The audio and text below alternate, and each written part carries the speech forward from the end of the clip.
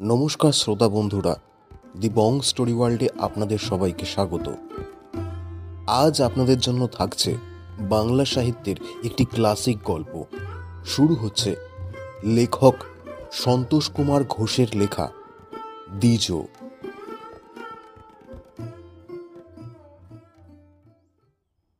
গমনে বামন নাম নিতে নিতে নিশিকান্ত অগ্রসর হয়েছিল। কি ভেবে চৌকাঠের ওপর থমকে দাঁড়ালো এক মুহূর্ত।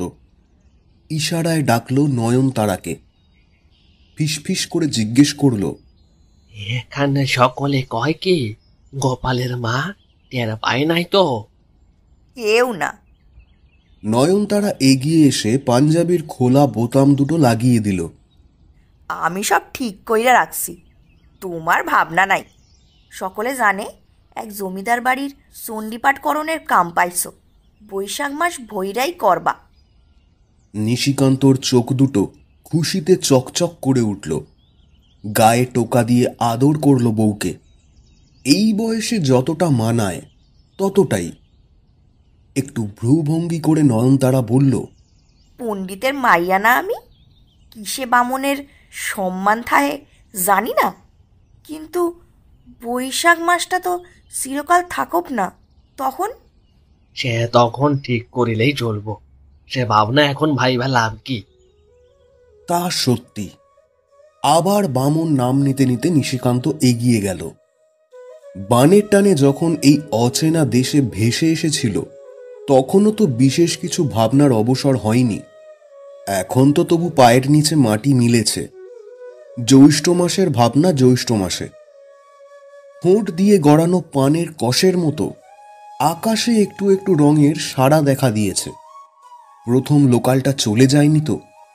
আজ নির্ঘাত লেট যায়নি, কিন্তু নিশিকান্ত সিগন্যালটার কাছাকাছি আসতে না আসতেই চলে গেল। বোকার মতো নিশিকান্ত গার্ডের পেছনের লাল আলোটার দিকে চেয়ে রইল কিছুক্ষণ। কোঁচের খুঁট দিয়ে ঘাম মুছতে গেল, কিন্তু কোঁচাতেও ধুলো। সারা মুখ যেন কিচকিচ করে উঠল। যতক্ষণ গাড়িটা বাঁকের মুখে অদৃশ্য না হলো ততক্ষণ নিশিকান্ত দাঁড়িয়ে দাঁড়িয়ে হিসাব করল। 2 মিনিট দেরি হয়েছে। হ্যাঁ, 2 মিনিট। চৌকাঠের ওপর দাঁড়িয়ে যতক্ষণ নয়নতারার সঙ্গে কথা বলেছিল ঠিক ততটুকু সময়। পরের গাড়ি আরও 50 মিনিট পরে। নিশিকান্ত বাসের খোঁজে গেল। নাগের বাজারে নেমে গোটা 2 মোটে মোড়। কারখানার দোচালাটার কাছাকাছি আসতে দম বন্ধ হয়ে এলো। পোড়া তামাকের গন্ধ। প্রথমে কাস্তে কাস্তে মুখ লাল হয়ে যেত, এখন অনেকটা সয়ে গেছে। আগেই দেখে নিয়েছিল প্রায় 20 মিনিট লেট। বেলা চড়েছে অনেক। পইতে পাঞ্জাবি আর বুকের লোম ভিজে সেঁটে একাকার হয়ে গেছে। সবাই বসে গেছে সুতো আর কাঁচি নিয়ে। সমস্ত ঘর জুড়ে পাতা কাটার শব্দ। নিশিকান্ত চুপি চুপি দেরিতে আসা পড়ুয়ার মতো এক কোণে বসে পড়তে যাচ্ছিল, কিন্তু তার আগেই নটবরের শকুনি নজরে পড়ে গেল। এগিয়ে এসে নটবর একেবারে নিশিকান্তের মুখের সামনে দাঁড়ালো। বিষ ঢেলে দিল গলায়। কি জগত্তি, আজও লেট? একটা চোখ এমনিতেই নটবরের কানা। রাগ হলে আর একটাও আধ বোঝা করে আনে। নিশিকান্ত সাহস করে মাথা তুলতে পারছিল না। আজ্ঞা, লেট। মেজে কথা বলো না চক্রবর্তী। কেমন বামুন তুমি? ট্রেন লেট না তুমি লেট? ফার্স্ট লোকালটা তো ঠিক সময়ে এসেছে। আরো 2 জন এসেছে সে গাড়িতে, তারা কাজেও লেগেছে। দেব নাকি পাওনা গন্ডা সব তোমার আজই হিসেব করে চুকিয়ে?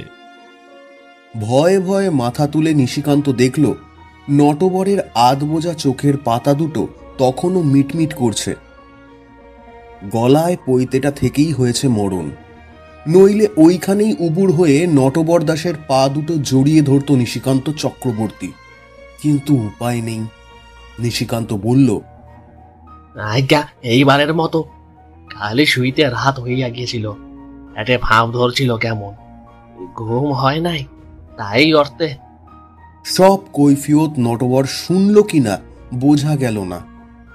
চলে যেতে যেতেও তাকে গজরাতে শোনা গেল, আগেই জানি এসব বামুন কায়েত দিয়ে বিড়ি বাঁধার কাজ হয় না। দেশ থেকে ভেসে এসেছিল, দয়া করে কাজ দিলুম, তা 2 দিন যেতে না যেতেই ফাঁকি। যত স্লাউলো লোক এসে জুটেছে, চেপে বসেছে আমার ঘাড়ে। এদের দিয়ে দেশের চিবৃদ্ধি। থুতু ফেলার ভঙ্গিতে নটবর ঠোঁট দুটো একটু ছুঁচালো করল। নিশিকান্তের মনে হলো, উন্মূল মানুষ দিয়ে যদি দেশের শ্রীবৃদ্ধি না হয় তবে রোয়া ধানেও ফসল হতো না। কিন্তু মনে আসা সব কথা মুখে আনা যায় না। খানিক বাদে ঘুরে এসে নটবর বলল, কাল তুমি 500 বিড়ি কম দিয়েছিলে চক্করতি। আজ 2 দিনের হিসেব পুরো করে দিলে তবে তোমার ছুটি, বুঝেছ? মাথা নিচু করে নিশিকান্ত পাতা কেটে যেতে লাগলো নির্দিষ্ট মাপ মতো। পোড়া তামাকের গন্ধে বার কয়েক হাঁচি এলো। ঘণ্টাখানেক পরে শিরদাঁড়া উঠল টনটন করে। আস্তে আস্তে তাকিয়ে দেখল সবাই বিড়ি বাঁধছে এক মনে। অর্জুন, গণেশ, সনাতন, মধু, ভৈরব, জন 2 মুসলমানও আছে। ঘাম ঝরছে দরদর করে। হালে শোনা একটা হিন্দি গান ধরেছে মধু। গণেশ তালে তাল মিলিয়ে শীষ দেবার চেষ্টা করছে। ঠাসা ঘরখানায় শুধু বস্তা পচা আলুর ভ্যাপসা গন্ধ। বাসা থেকে একখানা হাতে গড়া আটার রুটি নিয়ে এসেছিল। পকেটে থেকে থেকে সেটা শুকিয়ে কড়া হয়েছে। রুটিটা দাঁতে ছিঁড়তে ছিঁড়তে নিশিকান্তের মনে হলো, গণেশ, মধু, অর্জুন এরা সব ফুর্তিতেই আছে। গান গায়, মহানন্দে সুশীতল বিড়ি বাঁধে। সেও এদের কাছাকাছি এসেছে। এদের ঘামের পচা টক গন্ধ আসছে তারও নাকে। তবুও কোথায় যেন একটা পর্দা আছে। বয়সের তফাৎ কি? সে তো নিশ্চয়ই, কিন্তু শুধুই বয়স নয়, এদের কারণে অকারণে হাসাহাসি, শুনলে কানে আঙুল দিতে হয় এমন ভাষায় গালাগালি, আবার গলাগলি আলাপ, সব নিশিকান্তর কানে নতুন। ঠিক পছন্দ হচ্ছে না তা নয়, কিন্তু শিরশিরে অস্বস্তিটুকু যায়নি। শীতের দিনে যেন নাইবে বলে পুকুর ঘাটে এসেছে। নিশিকান্ত পা বাড়ায়, আবার একবার পিছিয়ে যায়। ঝাঁপ দেয় আর কি, গায়ে কাঁটা দেয়, আবার পিছিয়ে যায়। বামুনের ছেলে দিয়ে বিড়ি বাঁধার কাজ হয় না। কে জানে, নটবর হয়তো ঠিক কথাই বলেছে। শ্রী ভগবান যখন চতুর্বর্ণ সৃষ্টি করেছিলেন তখন তার উদ্দেশ্য ছিল গুণ অনুসারে কর্মবিভাগ।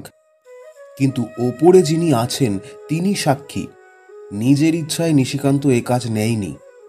তার পূর্বপুরুষেরা গত 4 পুরুষ ধরে যজমানি ব্যবসায়ী চালিয়েছে। 100 ঘর যজমান, গ্রামান্তরেও কিছু কিছু ছিল, বিদেশেও ছড়িয়ে পড়েছিল কিছু কিছু। বিবাহ, শ্রাদ্ধ, অন্নপ্রাশন, 10বিধ সংস্কারে ডাক আসত। এছাড়া 12 মাসে 13 পার্বণ। আর সত্যি সত্যি পার্বণ তো 13টাই নয়, হিসেব করলে অনেক বেশি। এক মুহূর্ত ফুরসত ছিল না। সংস্কৃত ভালো করে শেখা হয়নি, কিন্তু ক্রিয়াকাণ্ড বা রীতি কণ্ঠস্থ করেছিল। সারা বছরের চাল ডাল কেনার ভাবনা ছিল না, বরং বাড়তি কয়েক মন বিক্রি করত। আর লাল পেরে সেই ধুতিগুলো অত বড় যে বস্ত্র সংকট গেল লড়াইয়ের শেষ বছর, কোনোদিন কাপড়ের অভাব হয়নি। কিন্তু সকালের কুয়াশার মতো সব মিলিয়ে গেল একে একে। শাঁসালো যজমানরা সরে পড়ল প্রথমে, সেই পাকিস্তান হবার আগে ভাগেই। তারপরও তো কতদিন মাটি কামড়ে পড়েছিল নিশিকান্ত। সামান্য লাঞ্ছনা, অল্প স্বল্প বিদ্রুপ আমলে আনেনি।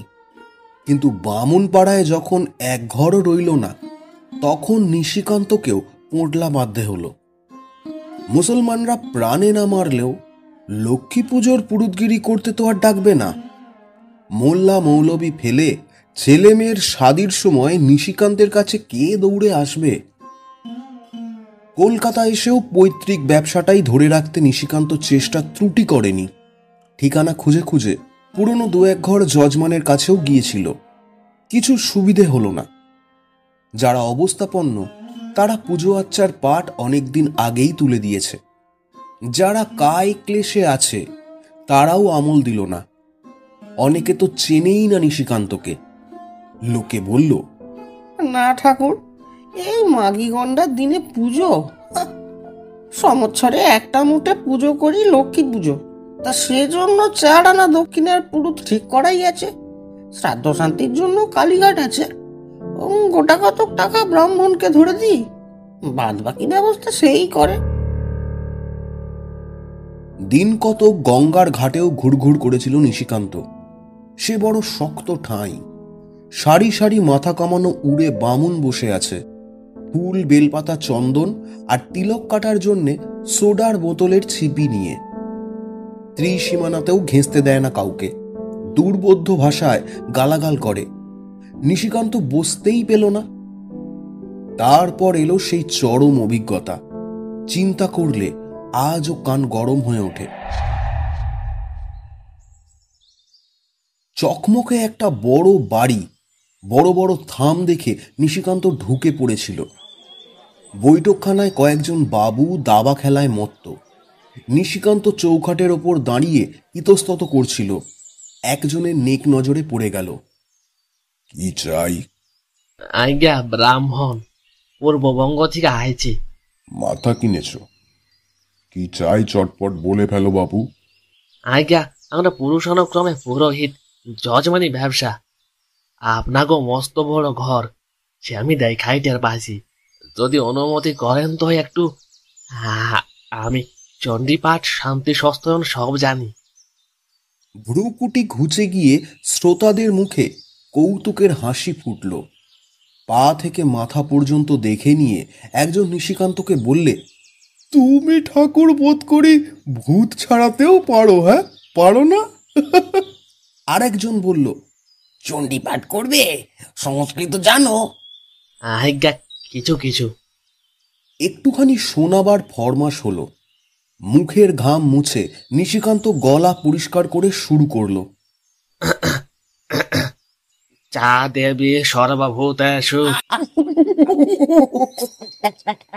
সবে দুটো শ্লোক বলতে পেরেছে এমন সময় ঘরের দেওয়াল থেকে সিলিং পর্যন্ত কেঁপে উঠল। বাবুরা হাসির তোর সামলাতে পারছে না। কেউ কেউ রুমাল গুজে দিয়েছে মুখে। থামো ঠাকুর, থামো, এসব বাঙাল উচ্চারণ এখানে চলবে না, বুঝলে? অন্ত্যেষ্ট জয়ের উচ্চারণটা আরেকটু শ্রদ্ধাভাবে করতে শেখো। থতমত খেয়ে গেল নিশিকান্ত। জিজ্ঞেস করল, কেমন ভুল হয়েছে বাবু? ভুল? বিলকুল ভুল। চণ্ডীপাঠ তো তোমাকে দিয়ে হবে না চাঁদ। তুমি বরং জুতো সেলাই করতে শেখো। কাজের কাজও হবে, 2 পয়সা ঘরেও আসবে। কি বলো? বলতে বলতে একজন সত্যিই জুতো পরা পা দুখানা নিশিকান্তের দিকে বাড়িয়ে ধরল। নিশিকান্তের চোখের পলক পড়ছে না। কান দুটোর মধ্যে কে যেন অসংখ্য তেঁতুল বিচি ঝাঁকাচ্ছে। দাঁতে ঠোঁট চেপে বহু কষ্টে সামলে নিল। মাথা নিচু করে কখন বেরিয়ে এসেছে নিজেই টের পেল না। উপবিতটা স্পর্শ করে কঠিন অভিসম্পাদ দেবে একবার মনে হয়েছিল, কিন্তু কলিযুগে ব্রহ্মসাপও ব্যর্থ। নিজের কাছেই নিজে কঠিন একটা প্রতিজ্ঞা করল নিশিকান্ত। নতুন কিছুর চেষ্টা করতেই হবে। ব্রাহ্মণ্য অভিমানের ময়ূরপুচ্ছ আর নয়। অভিমান গেল, কিন্তু সংস্কার গেল না। আরো অনেক ঠক্কর খেতে খেতে নিশিকান্ত চক্রবর্তী এসে ঠেকেছে সুশীতল বিড়ি ফ্যাক্টরির কারিগরের কাজে। হাত দুখানা কাজ করে, কিন্তু মাথা হেঁটই থাকে। মাঝে মাঝে 2 চোখের পাতা দুটো ভিজে ওঠে। এ কি তার কাজ? ক্যাম্পের কেউ টের পায়নি। পাখি ডাকার আগে নিশিকান্ত বেরিয়ে পড়ে, গায়ে পাঞ্জাবি, পায়ে জুতো। গোরস্থানেও লাশ পিছু 2 ফুট জমি জোটে, কিন্তু মহিমপুর ক্যাম্পের জ্যান্ত মানুষগুলোর তাও জোটেনি। চালা পিছু 2 ঘর পরিবার। কোনো ক্রমে অষ্টাবক্র হয়ে শুয়ে রাতটা কাটিয়ে দিতে হয়। স্যাঁতসেঁতে মেঝে, ছেঁড়া কাঁথায় শুয়ে নিশিকান্ত লাখ টাকার স্বপ্ন দেখে না। কারণ ঘুমোয় কখন যে স্বপ্ন দেখবে। লুকিয়ে চুরিয়ে আনা সুশীতল বিড়িতে টান মারে আর ভাবে চিরকাল তাকে নিচের সিঁড়িতে গড়াগড়ি দিতে হবে না, উঠবেই সে আস্তে আস্তে, কেঁচোর মতো বুকে হেঁটে এগোবে, ততদিন শুধু চুপচাপ। নয়নতারাকে হুঁশিয়ার করে, মহিষপুর ক্যাম্পের কাকপক্ষিয়ে যেন টের না পায় নিশিকান্ত চক্রবর্তীর অদৃষ্টের চাকা গড়াতে গড়াতে কোন ভাগাড়ে গিয়ে ঠেকেছে। আস্তে আস্তে বেলা গড়িয়ে গেল। শিরদাঁড়া আর সোজা করে রাখা যায় না। নিশিকান্তের হাত তখনও চলছে। একে একে সবাই চলে গেল। অর্জুন, মধু, গণেশ, সনাতন, যে যার রোজকার হিসাব বুঝিয়ে দিয়ে গেছে। নটবর দাসের কাছ থেকে বুঝে নিয়েছে পাওনা। নিশিকান্তর এখনো 150 বিড়ি বাকি।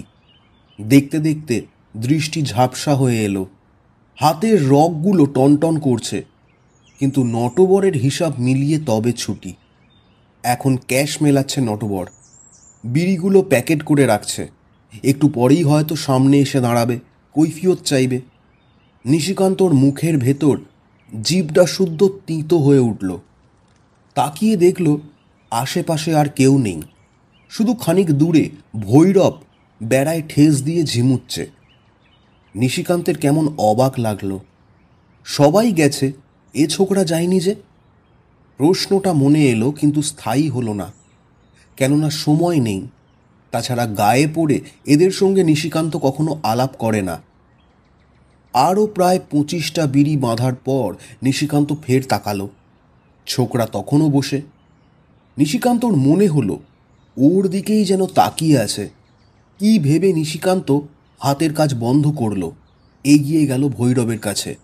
তুমি বাড়ি যাও নাই যে? শূন্য একটা ঘোলাটে দৃষ্টি মেলে ভৈরব তাকালো। সারা মুখে বসন্তের শুকনো দাগ, চোখ দুটো লালচে।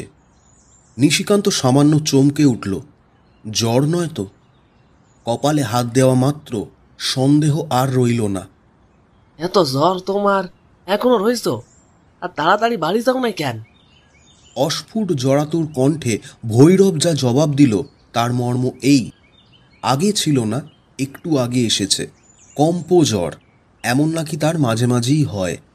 কিছু ভাববার দরকার নেই, সে নিজের বাড়ি চলে যেতে পারবে। তবু নিজের জায়গায় ফিরে যেতে নিশিকান্তের কেমন বাঁধল।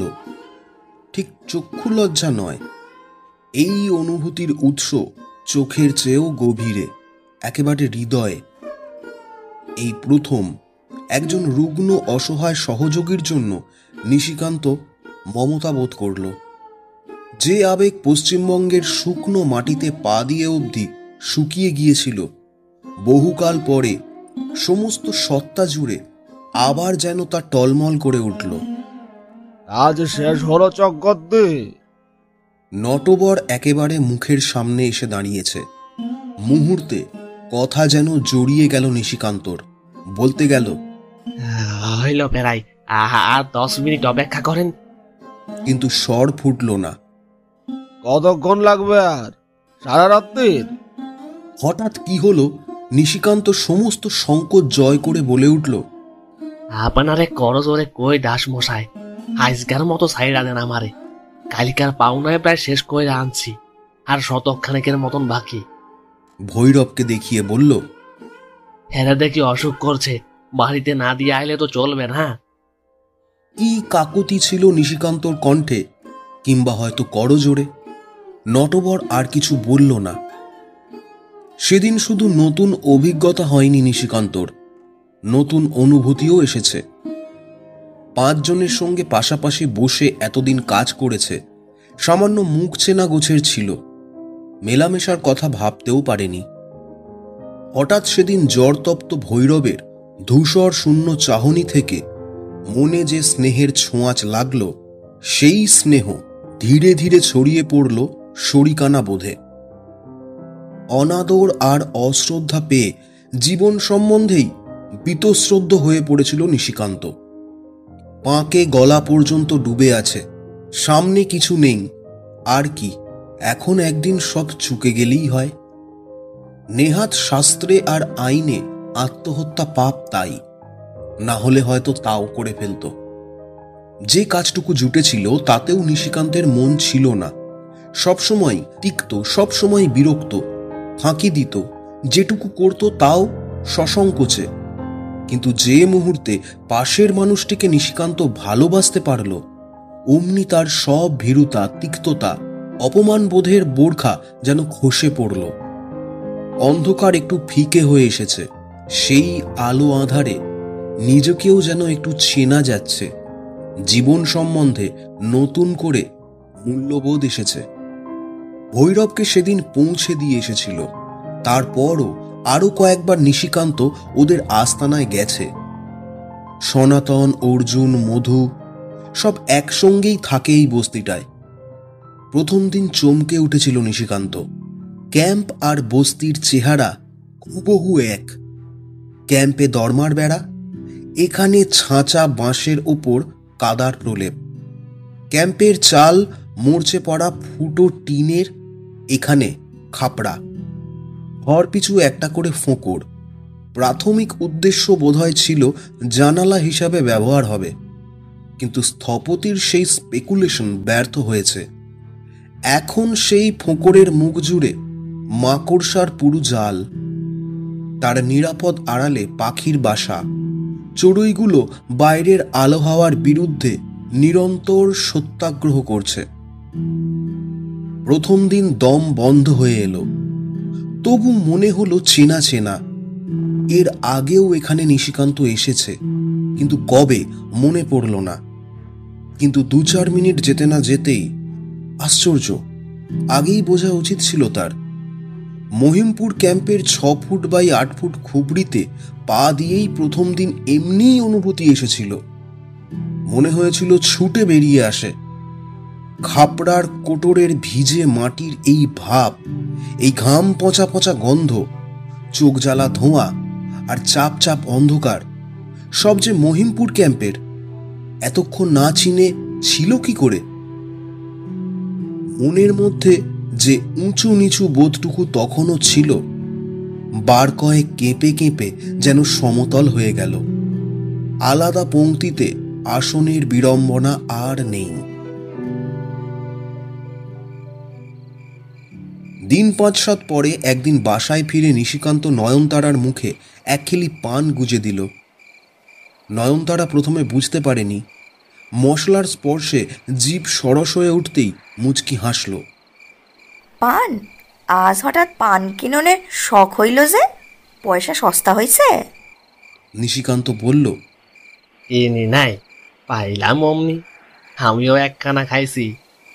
নয়নতারা দেখল নিশিকান্তর বরাবরের বিড়ি খাওয়া পুরু কালো ঠোঁটে আজ হঠাৎ টুকটুকে হয়ে উঠেছে।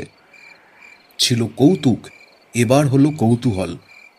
কও দেখি কি বৃত্তান্ত? ব্যাপারটা নিশিকান্তই বলল, বেশ সাড়ম্বরেই বলল। সুশীতল বিড়ি ফ্যাক্টরি থেকে যা আয় তাতে কারিগরদের চলে না। ওরা কিছুদিন আগে সবাই মিলে একটা পানের দোকান দিয়েছে গোড়া বাজারে।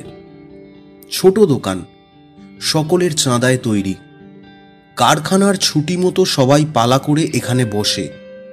অর্জুন, সনাতন, ভৈরব। পানের সঙ্গে বিড়িও আছে। ঠিকমতো চালু হলে সিগারেটও রাখা হবে, আর তার কিছুদিন পর শরবত। নিশিকান্তকেও নিয়েছে ওদের দলে। রোজ 2 ঘন্টা করে দোকানে বসে নিশিকান্ত।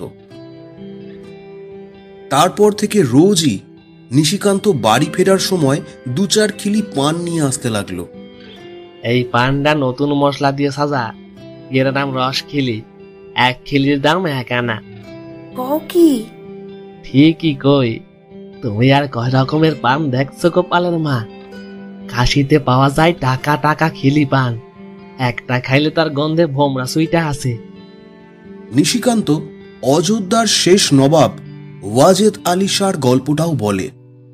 পান খেয়ে নবাব সাহেব পিক ফেলতেন যখন, 2-3 মাইল দূরের লোকও টের পেত। আর হবে নাই বা কেন?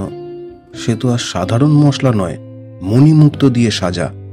পানের মধ্যে মণিমুক্তা? ঠিক বোঝা যায় না নয়নতারা বিস্মিত হয় না অবিশ্বাস করে। মিটমিট হাসে নিশিকান্ত। বিশ্বাস হইল না? রাজা বাদশার কাণ্ড তুমি কি বা দেখছো গোপালের মা? দেখেনি নিশিকান্ত। বলা বাহুল্য, সব গল্পই সহকর্মীদের কাছে শুনেছে। আর একদিন আনলো এক খিলি পান, তার নাম হিমখিলি। মুখে দিয়েই নয়নতারা টেনে আনলো বাইরে। অপ্রতিভ হয়ে নিশিকান্ত জিজ্ঞেস করলো, কে জিভ পড়লো নাকি? পড়ে নাই, অবশ হইয়া গেছে।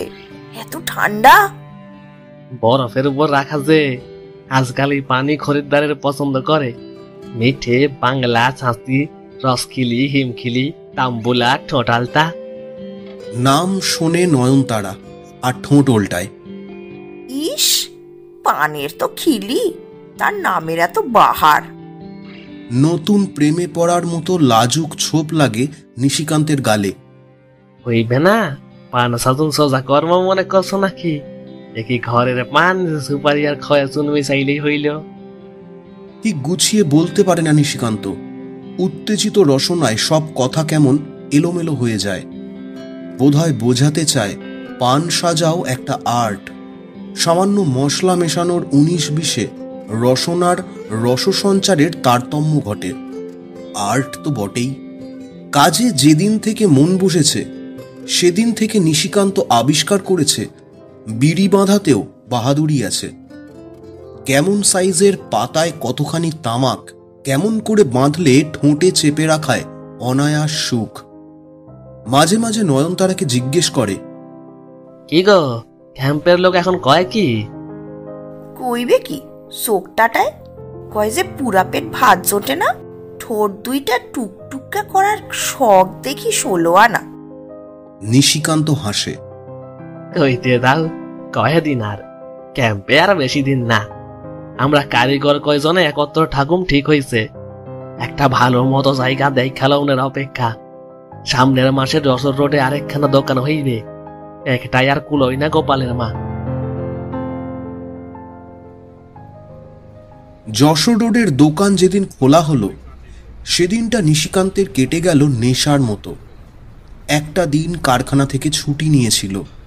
এ দোকানের চার্জ তার। সারা দিন মাথা তোলবার অবসর ছিল না।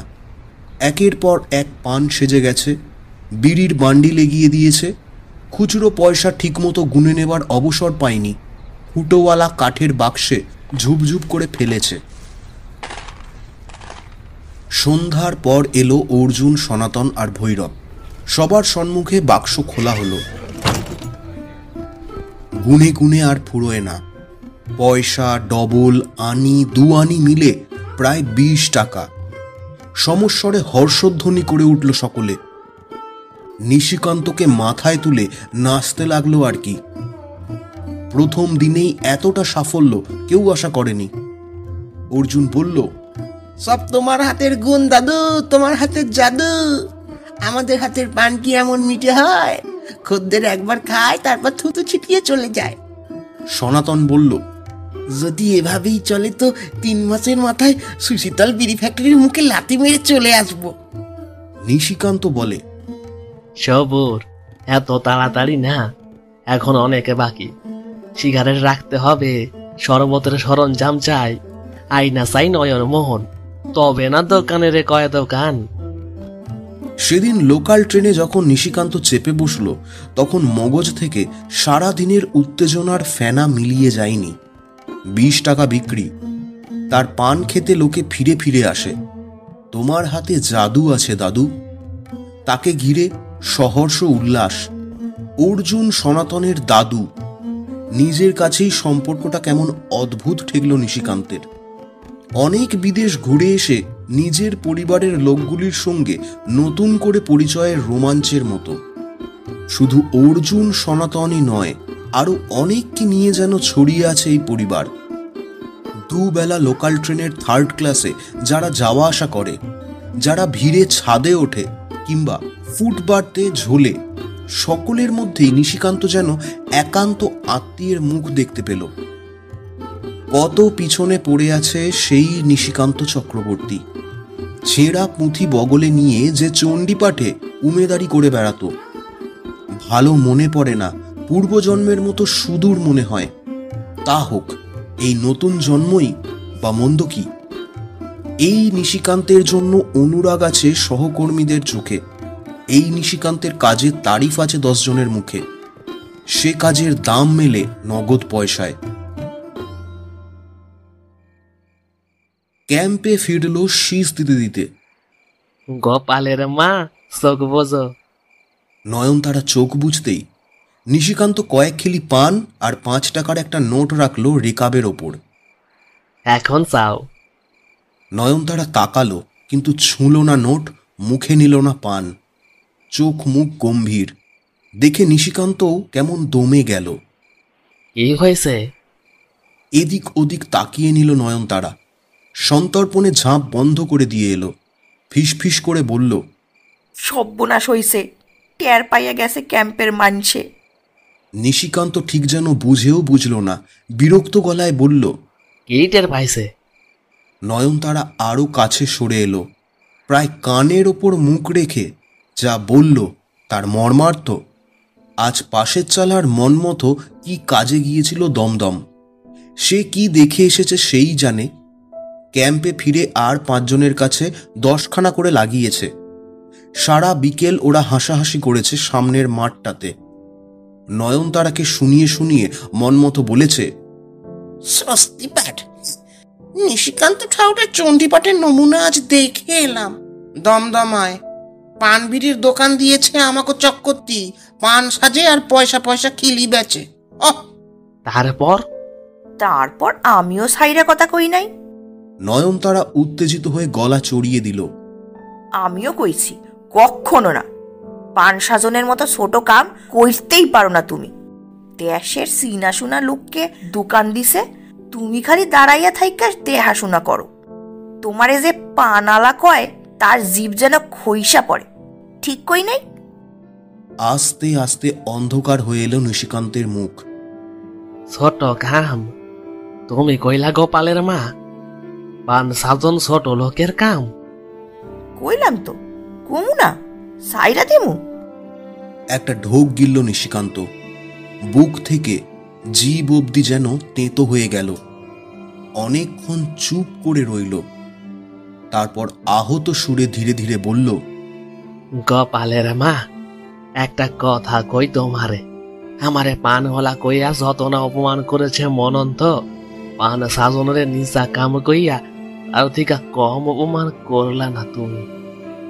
নিশিকান্তের মনে হলো যে ব্রাহ্মণ্য দাম্ভিকত্বের পর্দার অভ্যন্তর থেকে নিজেকে মুক্ত করতে পেরেছে, আজ সেই দাম্ভিকত্বের পর্দায় আবৃত নয়নতারার মন। হায় রে অদৃষ্ট, এ কেমন জীবন! শেষ হলো আমাদের আজকের প্রতিবেদন। আশা করি এই অন্যরকম গল্পটি আপনাদের মনোপ্লুত হবে। কেমন লাগলো অবশ্যই আমাদের কমেন্ট করে জানাবেন। আর যারা এখনো সাবস্ক্রাইব করেননি তাদের উদ্দেশ্যে বলছি, চলে আসুন আমাদের পরিবারের একটা অংশ হতে। দিবং স্টোরি ওয়ার্ল্ড, এখানে গল্প জীবন্ত। নমস্কার।